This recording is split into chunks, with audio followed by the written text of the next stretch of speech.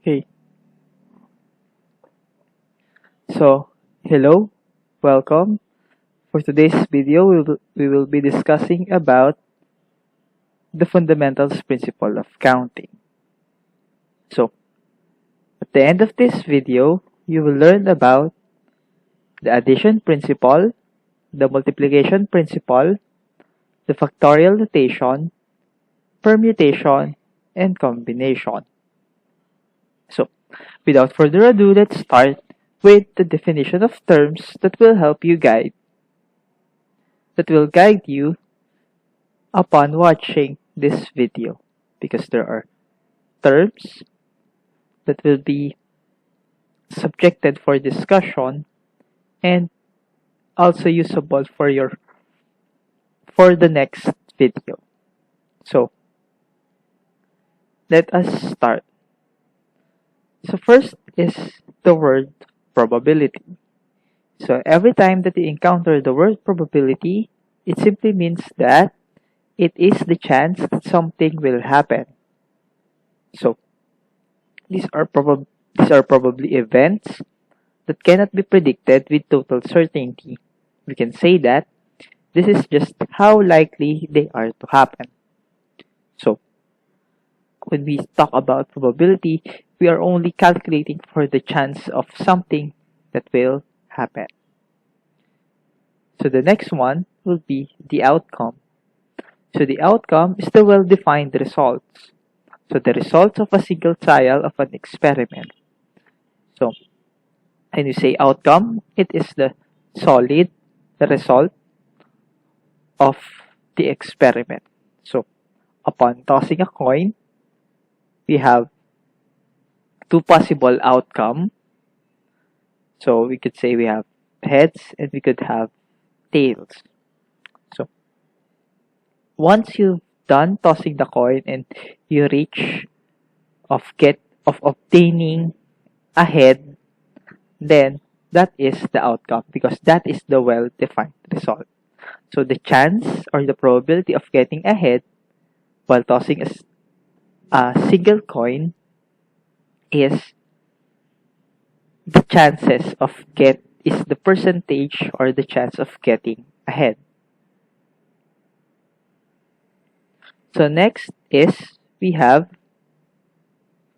the sample space. And when we talk about sample space, it is the set of all the possible outcomes or sample points. So from the previous example of tossing a coin, we can say that the possible outcome could be either head or tail. So we have two different sample space, which is the tails and the head. So once you toss it, so that is the experiment, you obtain head, so that is the outcome, and the percentage of obtaining the head is the probability. Okay, now let us continue with the main topic for this video, which is the fundamentals principle of counting. So when we say fundamental principles of counting, it states that we can find the total number of outcomes if ways that two or more separate tasks can happen by multiplying the number of ways each task can happen separately. So when we talk about fundamental principles of counting, it is a process or a way on how you will find the total possible number of outcome using different principles. For example, if you wanted to know how many plate numbers could be created using the alphabet and the numbers, then fundamental principles of counting will be able to help you. So Let us continue with the first principle of the fundamental principles of counting. So addition principle. So the addition principle states that if one event can occur in m ways and a second event with no common outcomes can occur in n ways, then the first or the second event can occur in m plus n ways. So when we say m, so it is the total possible outcome of an option, and n is also a total possible number of outcomes of an option. So if you have those possible outcomes, m plus n, you can simply add them so you can have the total number of options. So to make it more clear, let's have an example. So in a restaurant, there are 2 vegetarian entry options and 5 meat entry options on a dinner menu. So, if you have 2 vegetarian and 5 meat options for a dinner menu, then what is the total number of entry options? So, as you can see, we have listed here the 2 different entry options. First, we have the first 2.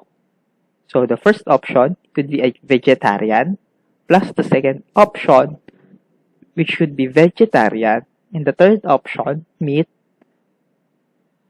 up to the 7th option, which is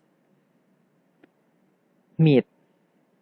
So, for m plus n, so we have 2 possible outcomes, m, plus 5 possible outcomes, n. So the total possible option for this example is 7.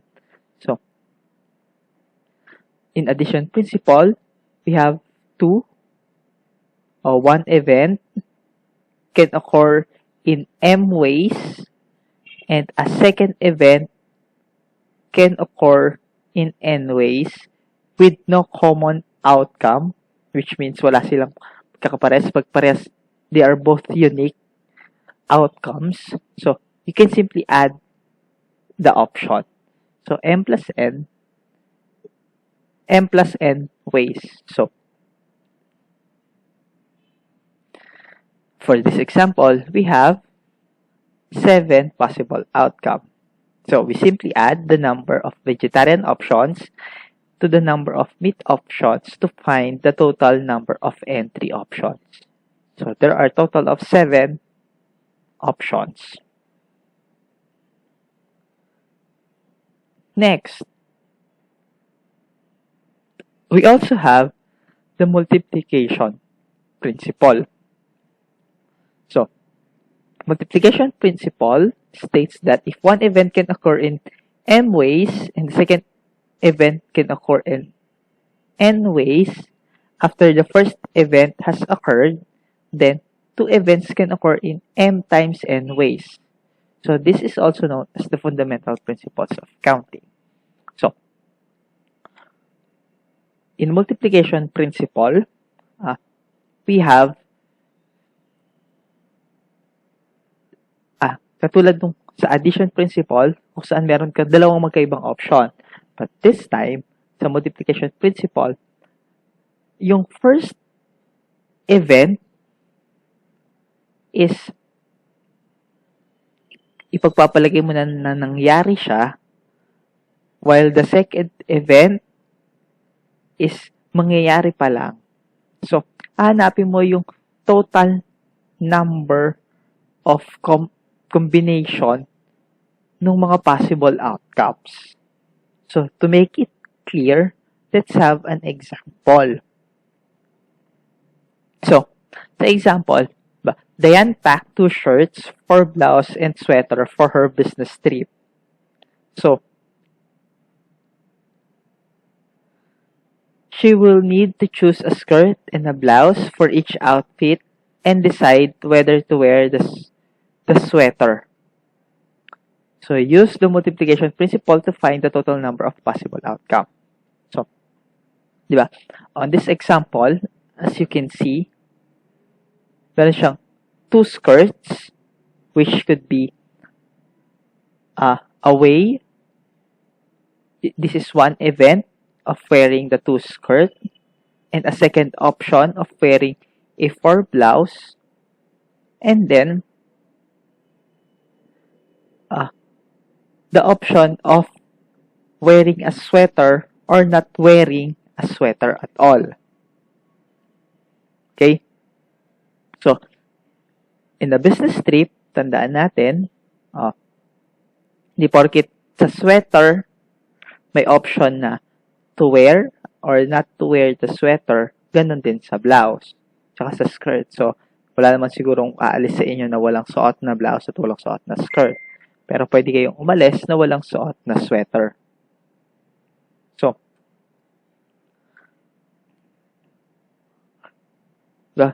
meron kang dalawang option ng skirt. So, skirt 1 and then si skirt 2. So, given na ang sinuot mo ay si skirt 1, okay, ipagpapalagay natin na nangyari si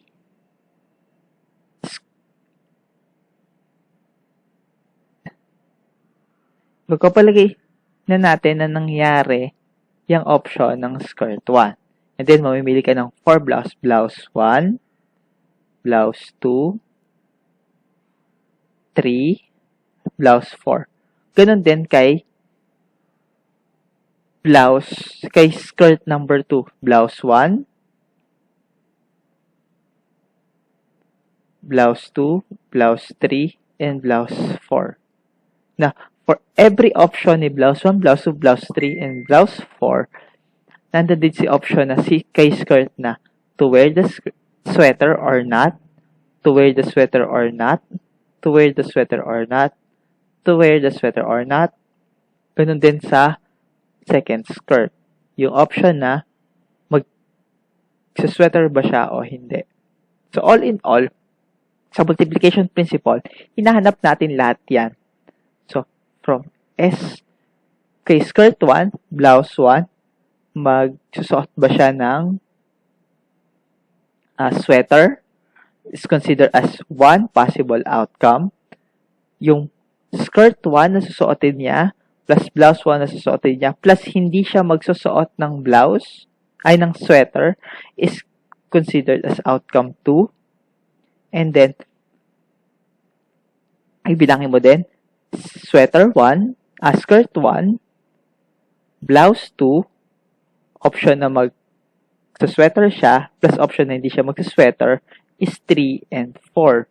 Hanggang mabilang mo lahat itong options or yung total possible dress or possible outfit na meron siya.